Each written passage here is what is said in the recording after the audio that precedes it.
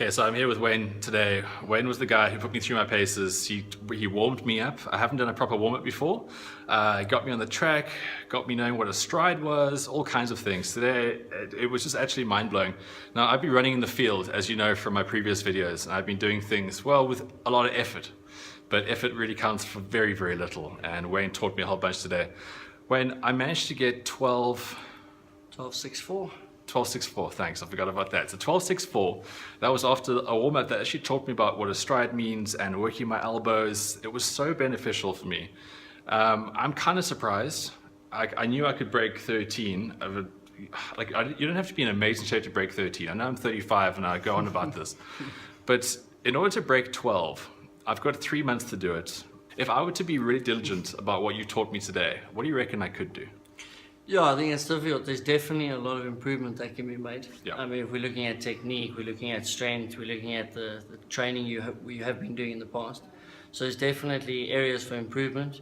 Obviously, when we're doing this type of high-end work, there comes with inherent risk as well, and that would obviously be our biggest concern. So, yeah, especially for me, I'm quite accident prone. Yeah, so and injury prone. then that's going to make it a bit tougher. But of course, that would be the harder, the more significant focus for me, is can we keep you injury free? If we can keep you injury free through this type of work, then for sure you can go a hell of a lot faster than you did. So now, like here at the HPC, I mean, amazing facilities, first of all. To run on a track like that is such a privilege because it's the same track they used in Rio, was it not? Yeah, it's the top of the range Mondo track, so it costs a pretty penny. Yeah. And it looks beautiful as well. It really does. And the moment I put the spikes on, the moment I got on there, I felt like, oh my gosh, that's like that propulsion which makes you feel like you know what you're doing. That's it. So it's a very responsive type surface. You get a lot back from it. Yeah. So the nice thing about Mondo is the way we look at it is the harder you work into the surface, the more you'll get back from the surface. So now, for instance, like my goal is very specific. I want to be a fast sprinter. Now, say for instance, a guy runs the 2 oceans once a year.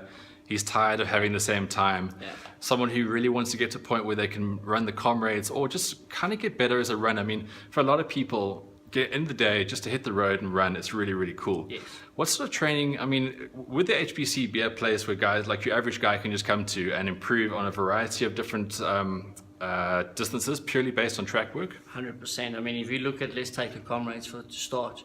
I mean, one of the most popular races, 2 oceans. Yeah. Most people will not achieve their goal, and probably not because of, like you and I spoke earlier, effort. Yeah. Effort's not really the thing.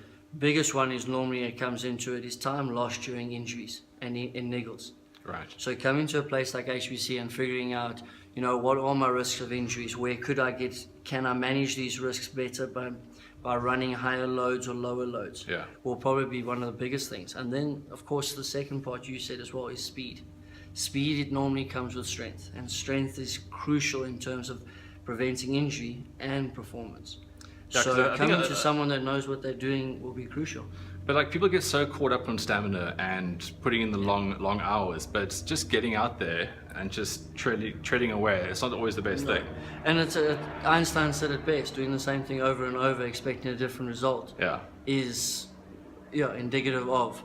But that's where we come in that process. We pretty much look at you, we try and break you down, and then start to understand how you've done so much work in this aspect. We probably don't really need to do it. Our returns are not going to be high enough there. Right. We can start looking at other facets like your strength, maybe your mobility, maybe your technique like you and I spoke about. Yeah, definitely. Even simplistic things like your arm action when you're running.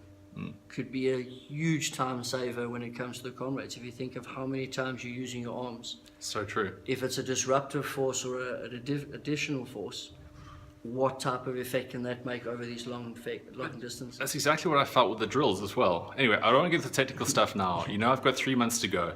I can sit here all day and chat away, which I'll do off camera.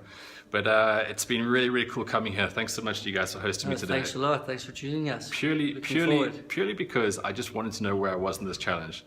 And like I said, it's a long way to go. But November, back on the track. And yeah, 12 seconds is the challenge. But if I can go above and beyond that, I'll be super, super chuffed. It is the best kind of exercise. I've been saying this for a long time. Look at all the runners this weekend at the World Champs, Bolt's final race. You tell me you don't want those physiques. You'd be lying if you didn't say that. Okay, I need to stretch.